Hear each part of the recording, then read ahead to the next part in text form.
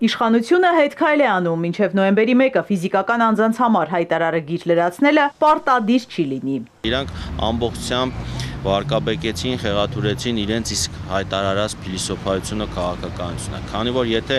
կառավարությունը նախատեսում է ինքնաշխատ եղանակով մոտ 600,000 մարդու պետք է հայտարարագիր լրացվի, այսինքն այն տեղեկատվությունը, որոնց հիման վրա պետությունը պետք է հասարակական քաղաքականություն իրականացնի, չի լինելու։ Այսինքն ստացվում է, որ մենք բերեցինք մի ինստիտուտ ներդրեցինք, որը որևէ օգուտ չի տալու պետությանը քաղաքականություն մշակելու կամ որոշումներ կայացնելու համար։ Տնտեսագետ Սուրեն Պարսյանն ասում է, այս համակարգը առանցքային նշանակություն ունի երկրում սոցիալ-տնտեսական հասցեական քաղաքականություն իրականացնելու համար։ Այն թույլ է տալիս բացահայտել մարդկանց ֆինանսական իրական հոսքերը եւ դրանց համապատասխան որոշում կայացնել։ Միայն թե համակարգը պետք է ներդրվեր փուլ առ փուլ առանց խուճապ տարածելու։ Մասնագետի խոսքով կառավարության մտափոխվելու պատճառը նաեւ 2026 թվականի ընտրությունն է։ Ինքը գնաց այն տրամաբանությամբ, որ եկեք այս process-ը դադարեցնենք, քանի որ մենք կարող է խնդիր ունենք 26 թվականի ընտրություններին։ Այսինքն իրենք ցույց տվեցին, որ քաղաքական, տնտեսական որոշումներ կայացնելիս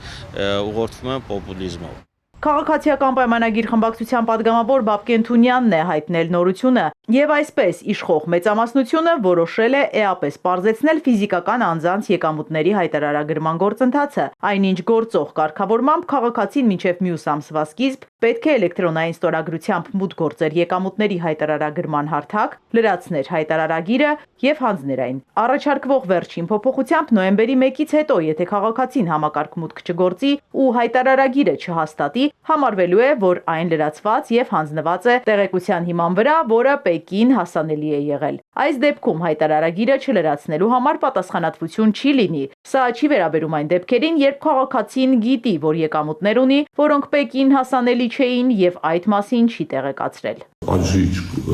տրամաբանությունից ասում ենք մոտիվացիոն տրամաբանությանը,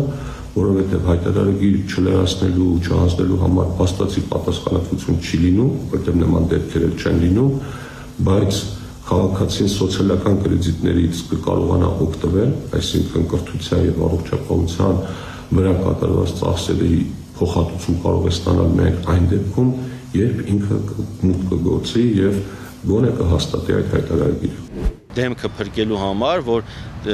մենք օրինակ այդ մարդկանց չենք տուգանում, չենք պատժում, այլ իրանք բերեցին ինքնաշխատ եղանակի գաղափարը։ Վարչապետը տարեսկզբին հայտարարում էր, որ համընդհանուր հայտարարագրման համակարգով պայքարելու են կոռուպցիայի ու ստվերի դեմ ու ցանկանում են քաղաքացիների սոցիալական վիճակի մասին տեղեկացված լինել։ Իր օրինակով էր ցույց տալիս, թե ինչպես այդ անել։ Պետք է լինի ես կզանգեմ եղած հեռախոսահամարներով, բան տենանք ոնց է քաղաքացին անցնում։ Պարզվում է Փաշինյանի օրինակին քչերն են հետևել։ Մինչև սեպտեմբեր եկամուտների հայտարարագիր է ներկայացրել մոտ 92,000 քաղաքացի, ակնկալվող քանակի մոտ 15%-ը։ Իրենք